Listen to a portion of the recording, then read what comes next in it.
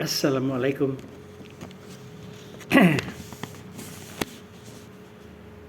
Kapan Anda mulai memimpin atau membentuk tim atau mengelola tim untuk usaha baru, atau Anda baru masuk organisasi atau perusahaan baru ataupun lama? Bagaimana Anda tahu gaya kepemimpinan yang akan Anda gunakan? Ada beberapa hal yang dapat digunakan untuk menentukan, antara lain pekerjaan, jenis pekerjaannya, perlu kreativitas enggak gitu. Kalau pekerjaannya perlu kreativitas, nanti itu sebagai penentu. Misalnya tugas mengelola konsumen dengan usia tertentu, yang udah tua-tua atau bahkan yang paling muda-muda gitu, bahkan mengelola konsumen anak gitu. Jadi perlu kreativitas enggak pekerjaannya? Dan misalnya tugas-tugas itu harus menyeluruh enggak, menangani dari awal sampai akhir,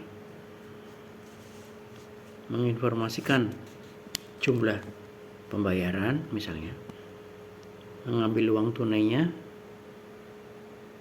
habis itu menyerahkan ke teller, jadi dari awal hingga akhir. Apakah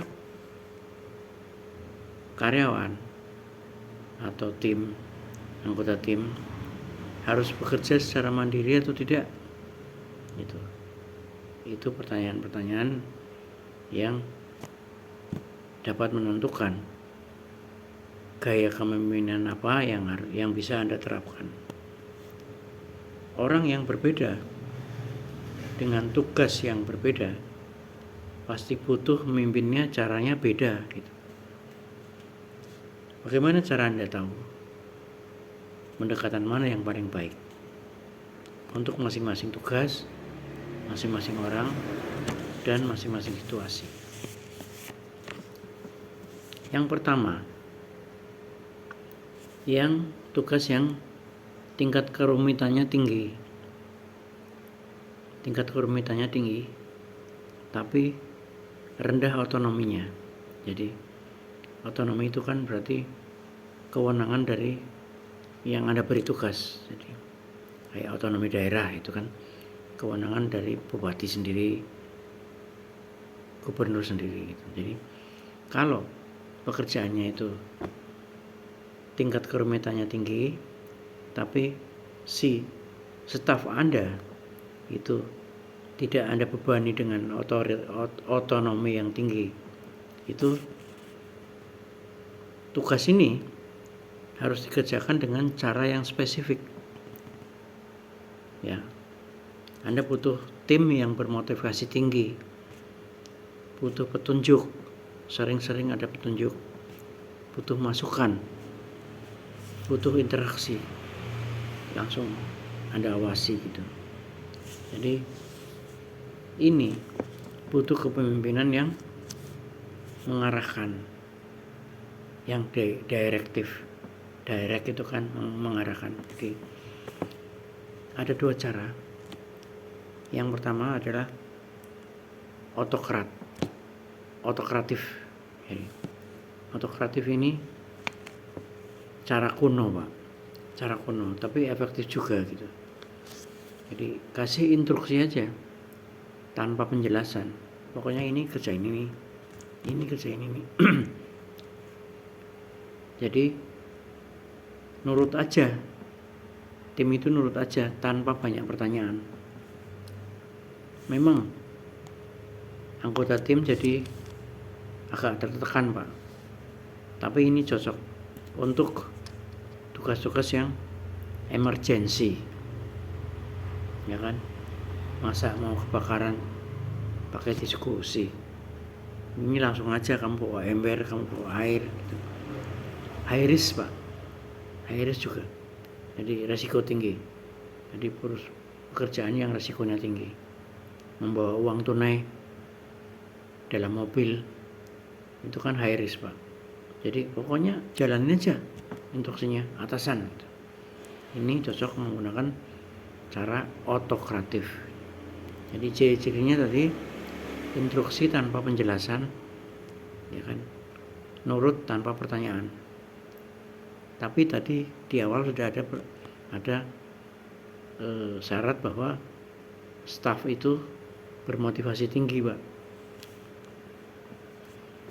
Yang kedua, dalam kondisi yang sama ya, jadi tingkat kerumitannya tinggi tapi otonominya rendah gitu, itu menggunakan otokratif tapi yang lebih ramah Pak.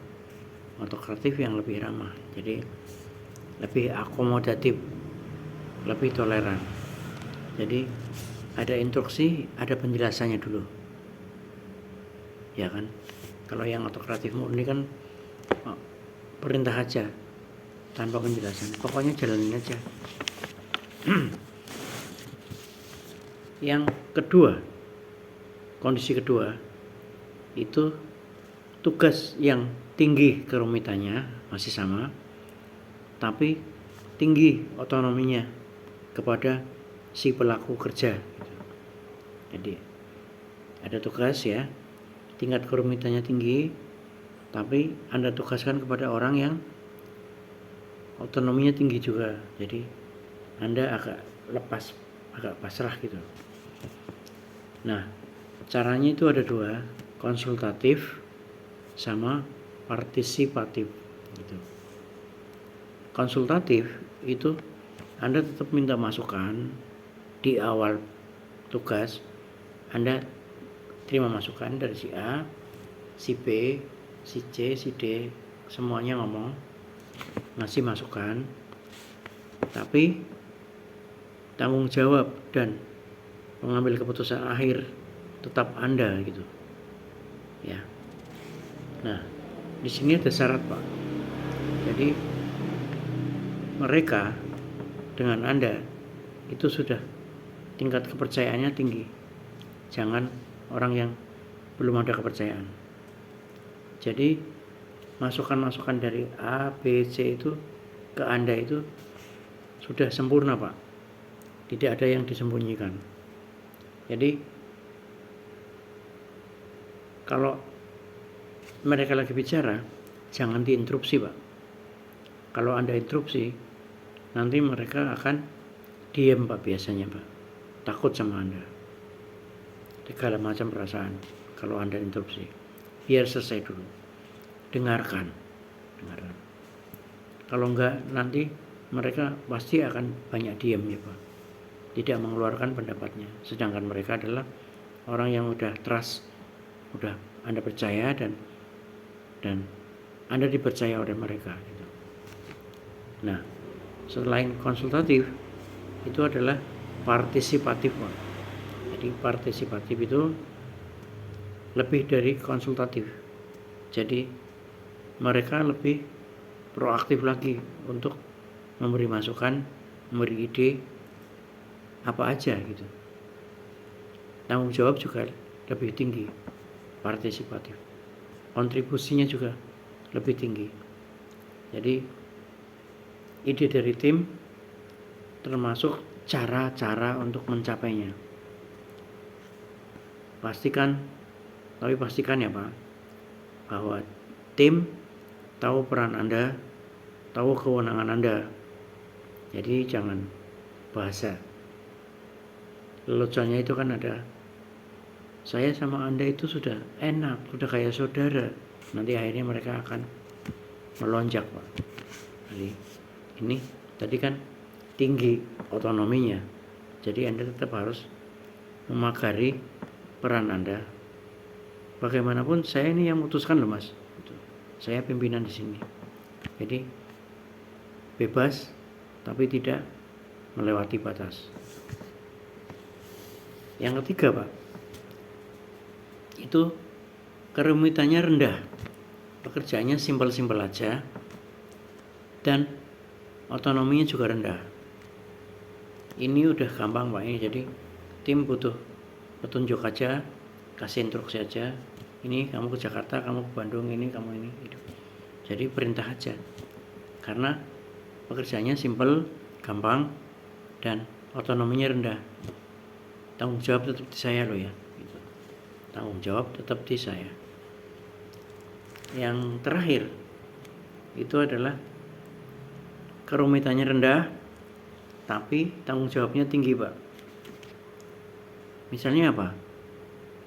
Loss project. Jadi proyek-proyek yang udah merugikan Pak.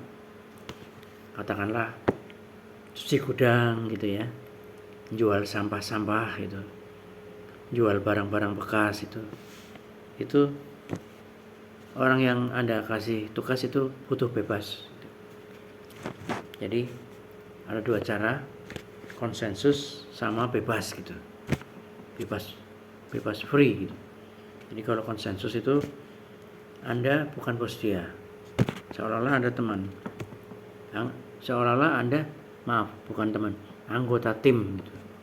Jadi saya juga ikut jual mas, kamu ikut jual, nanti siapa-siapa yang bisa menjual barang bekas-bekas ini, yang penting ini bersih mas, gudangnya bersih gitu, contohnya itu.